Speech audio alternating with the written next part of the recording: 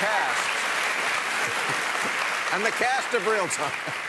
All right, here are the questions, Noah, but this could be for everybody. What would it take for Republicans to break with Trump publicly? I heard, was it Ben Sasse or Jeff Flake? One of them said if they took the vote privately, 30 to 35 Republicans would vote to impeach, but that's not publicly. What would it take?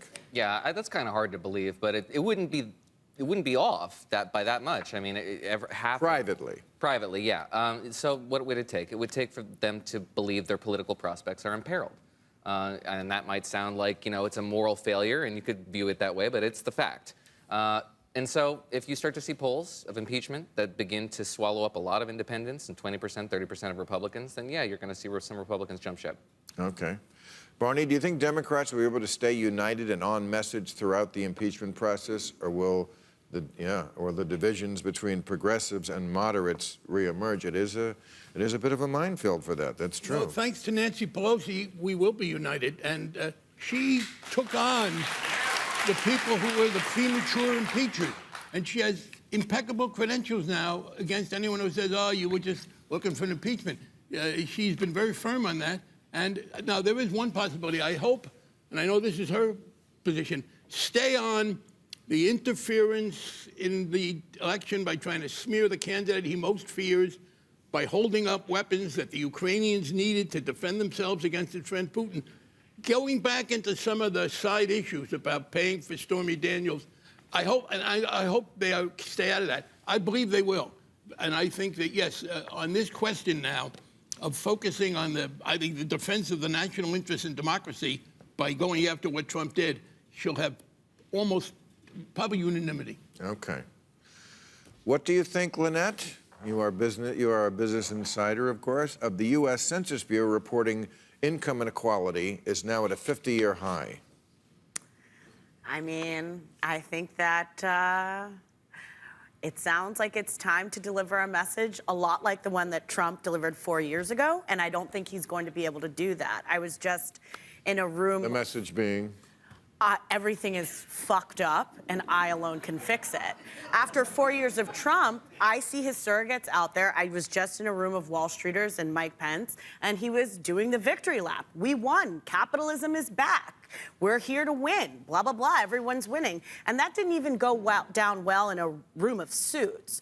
I don't understand how Trump is going to be able to circle that square and say, not only am I the victim and I'm screwed and everything's fucked up and, wrong, but also I just won the last 4 years and you should reelect me. The winning message is, yeah, inequality is terrible. We have a corrupt society, crony capitalism. That's still a winning message, I think, for a lot of Americans. And it's going to be really hard to see the Trump administration say, we did it, we're winners, but also say, you're fucked, you're victims, let me win it for you. Can I just add a gratuitous conservative talking point to this? So that study... I don't think you can help It's what yourself. I do, yeah. That study also showed that the median American income is the highest it's ever been in the mid-60s. So while income equality is broad, more Americans are doing better. Yeah, can I say in response to that, the median doesn't help the people who are losing. And the fact is that median is one thing, and there are a lot of people who are doing well. But not only are a lot of people not doing well, but Trump has failed to help them.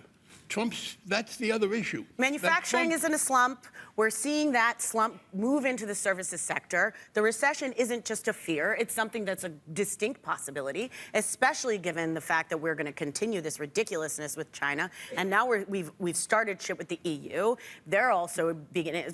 The world is starting to be a mess. No matter how much central banks loosen policy, we're still seeing a slowdown. And economic growth is decreasing. Decreasing. He himself is looking for scapegoats for an economy that's getting worse. And what happens politically, by the way, is that the trend is what counts even more than the absolute.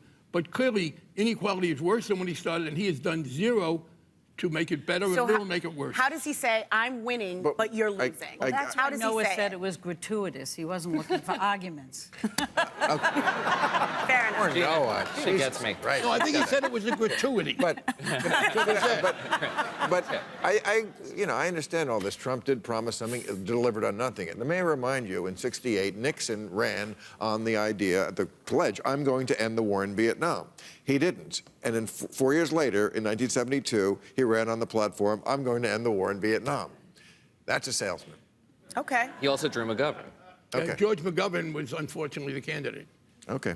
All right, Gina, which Democratic candidate has put forth the best policy to address climate change? Oh, that's a good one. Who's your favorite? I will take them all because I was so excited that they actually had a climate debate and somebody spoke about climate. Last time that there was a big none. deal. You know, the winner in the climate debate seemed to be Governor Inslee, who Right. wasn't there. Right. Because everybody stole Right. from his plans and, Right. and gave him credit for it. So, but I think the most important thing right now is to recognize how much people now are feeling and seeing the impacts of climate change, how much that people running for office recognize that. They're not going to pander to it. They're developing real plans. We have to do something and get moving. It's in and your that's important. backyard. You know, Yeah. Well, it in used to be- California? I mean, Well, but I mean, things used to be more alive. There were birds and butterflies, and every day I see bees walking. What? It's not can I say, funny. by the way, It's climate- not. It makes me almost cry, like the old Indian in the commercial. I see a bee walking. I'm like, bees are not supposed to be walking, and this bee is obviously not going to. Can I just say to Gina, because I think it's optimistic politically, this is the first presidential campaign ever in which climate change has been a significant issue, and it's entirely because Donald Trump took that position. Literally, they kind of took it for granted. There may be fights about more or less, but Trump has elevated it, and I think to his disadvantage. Okay, Salman. Yeah. Indian Prime Minister Modi recently appeared at I was in Houston Sunday. My luck. I'm in Houston once every 2 years. I'm there the day Fatso arrives. Howdy Modi. Do you think? And there was 25,000 screaming Indians Yeah. there for Trump. Yeah. They were holding hands. He and Modi. You saw that? I saw it. Okay. Do you think Trump's push to appeal to Indian Americans will be effective? Might be. He seemed popular there in Houston. Because unfortunately, I'm sorry to say about my people that a whole chunk of them voted for Trump last time round. They did. They did. And the Modi deal, and I mean, Modi's pitch and Trump's are not so far apart. Right, In that nationalism. well, it's a particular kind of nationalism. It's they both invent a fairy tale of the past in order to justify actions in the present. So in Trump, we have the red hat, you know, this golden age of America that we're supposed to get back to. And Modi is doing the same thing. He's inventing a much more distant golden age, a golden age of Hinduism that predated the arrival of the Muslim invaders, and uses that to justify attacking minorities, you know. And Brexit is a similar. Same thing. Is a same very thing. similar idea. Fairy tale of England. You think it's a fairy tale? Yeah, because the golden age is always a fairy tale. The idea that there was such a thing as a golden age of universal happiness and prosperity, it's a fantasy. But what about Camelot? Wasn't there a place? I know. They had. Camelot? if you break into song, Thank you very much, everybody.